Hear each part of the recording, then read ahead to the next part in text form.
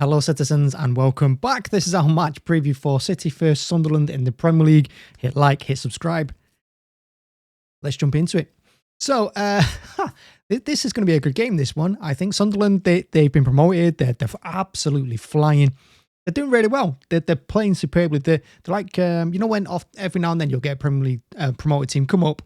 They do well for about 4 or 5 months and then tail off after Christmas. That's Sunderland at the moment. I don't know whether they will tail off after Christmas, but that's kind of where we're leading to. And don't get things mixed up. This ain't going to be a nice walk in the park. We've seen with City's recent results. Poor performance against Newcastle, get beat there. Shocking performance against Leverkusen and got beat there at home to them.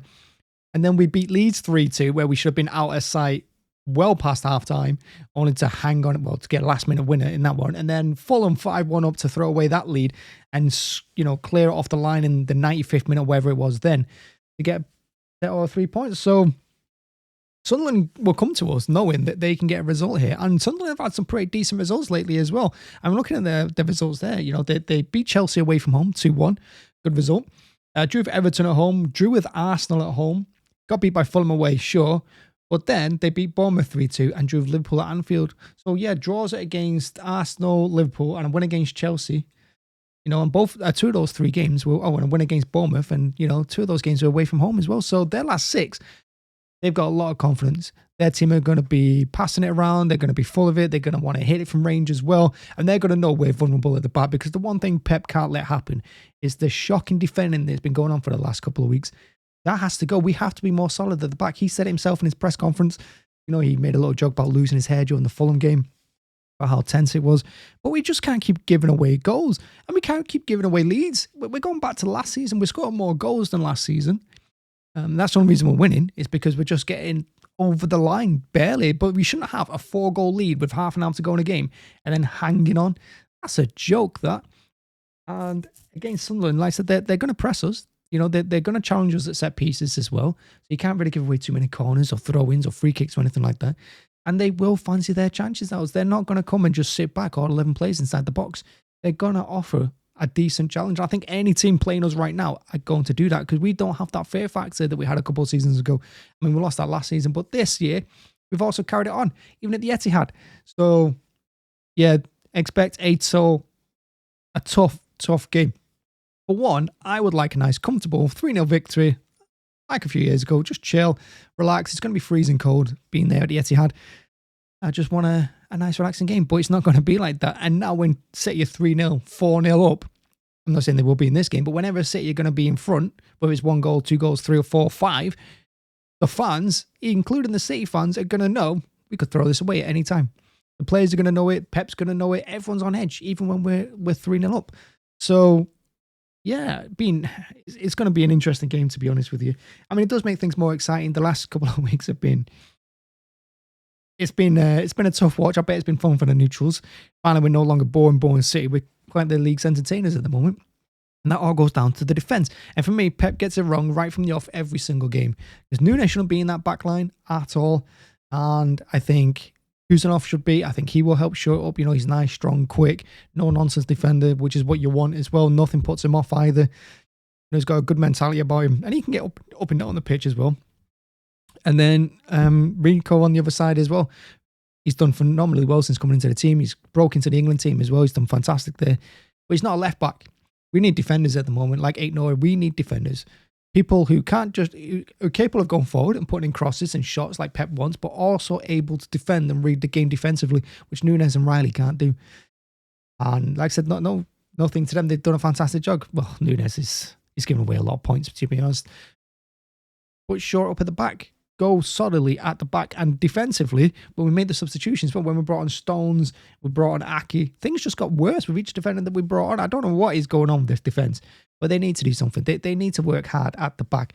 And I'm sure, I don't know who our defensive coach is, probably Torre or something, but they must see the problems there. The problem isn't going forward the other end of the pitch, but we've kind of worked out this season, and we kind of still in transition over there, still not quite free-flowing, because I would still like to see Cherky in there, in the team. I don't know why he's coming off the bench in the last 10 minutes to try and rescue games for us. Or, in fact, he came on in the Fulham game just to see the rest of it out for some reason. I don't know what that's all about.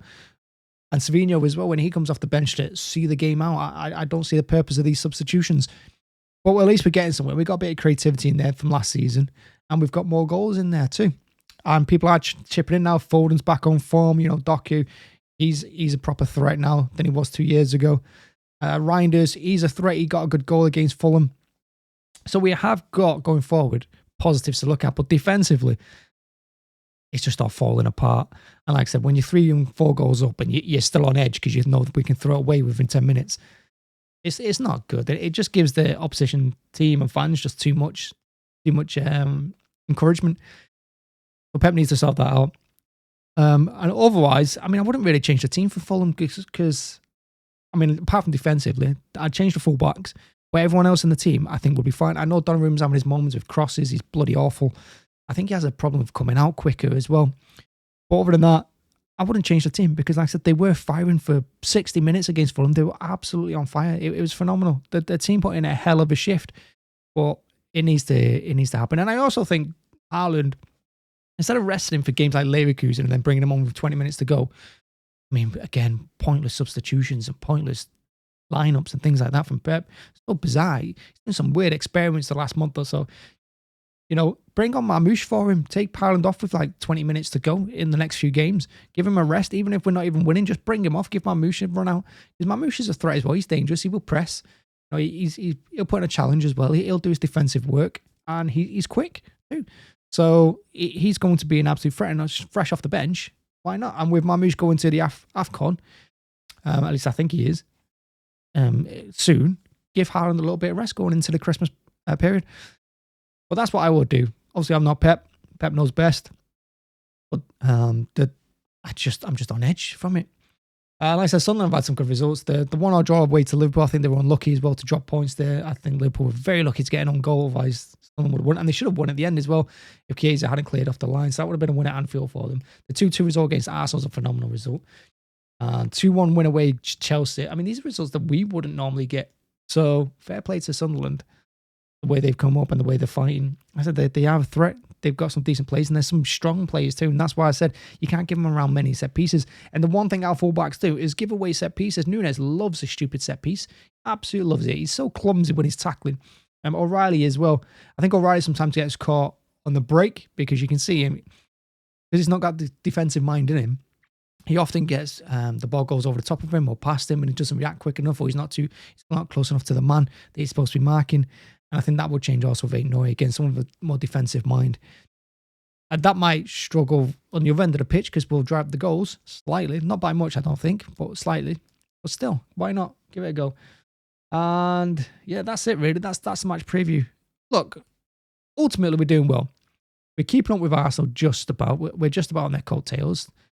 But we're giving Arsenal more encouragement as well. A team who are notorious for bottling it. When we go up to games and we've beating Leeds 3-2 at home and beating Fulham 5-4, when we're struggling to see games out after scoring 5 goals, we're giving Arsenal more encouragement, and it's less likely of them to bottle it either because they know they're the form team. They know they're the only ones that are consistent. And we're also giving faith to teams below us like Liverpool, like United. He can probably still catch us, to be honest, the way we're playing. But we are getting 3 points. We are just about grinding them out. And that's the best thing you can say. If we go through to January and we're still this distance away from Arsenal, you got to say we've come away through the month pretty all right, despite some questionable performances. And yeah, that's about it. I'm going to get going because it's cold. Weather's absolutely dropped in Manchester. I've got a nice hot drink next to me. I'm going to have that and I'm going to play some Battlefield 6. I'm not going to think about City for the next 24 hours or whatever it is until I go to the game. But yeah, thank you very much for watching. I really appreciate every single one of you that sticks with it. I know the videos are just previews and reactions. But honestly, really appreciate everyone. And I will see you all again for the match reaction. Hopefully we get a win. But again, don't hold your breath on this one because I think everyone knows Sunderland can cause an upset here. And like I said, the recent results, the draw against Arsenal, draw with Liverpool, beating Bournemouth, beating Chelsea, all in the last 6 games. I wouldn't be surprised if this is a 2-2, 3-3, something like that. And yeah, that's it. Let me know if you would change the fullbacks. Maybe you'd keep O'Reilly and Nunes in. I don't know. Maybe you wouldn't play Cherky. I don't know. Let me know. Maybe you'll change out Donnarumma and put Trafford in. just let me know in the comments. Thanks very much for watching. Hit like, hit subscribe, and I will see you all tomorrow for the match reaction. Thank you. Bye-bye.